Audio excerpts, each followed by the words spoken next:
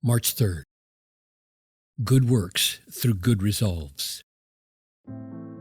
To this end, we always pray for you, that our God may make you worthy of His calling and may fulfill every resolve for good and every work of faith by His power. 2 Thessalonians 1:11.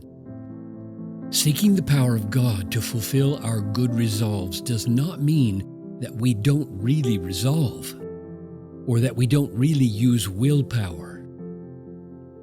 The engagement of God's power never takes the place of the engagement of our will. The power of God in sanctification never makes us passive.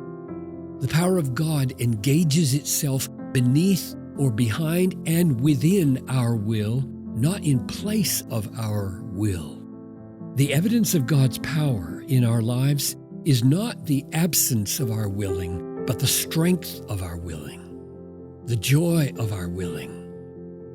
Anyone who says, "Well, I believe in the sovereignty of God, and so I will just sit back and do nothing," does not really believe in the sovereignty of God, for why would someone who believes in God's sovereignty so blatantly disobey Him? When you sit back to do nothing, you are not doing nothing. You are actively engaging your will in a decision to sit back. And if that is the way you handle sin or temptation in your life, it is blatant disobedience, because we are commanded to wage a good warfare, 1 Timothy 1:18, and to resist the devil, James 4:7, and strive for holiness, Hebrews 12:14, and put to death the sinful acts of the body, Romans 8:13. 2 Thessalonians 1:11 says that it is by the power of God that we will fulfill our good resolves and works of faith. But this does not nullify the meaning of the word resolve and the word work. Part of the whole process of walking worthy of God's call is the active engagement of our will in resolving to do righteousness.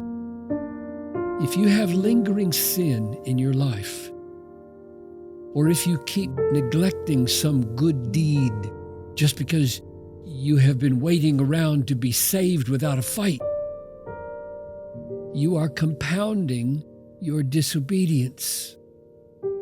God will never appear with power in your will in any other way than through your exercise of that will.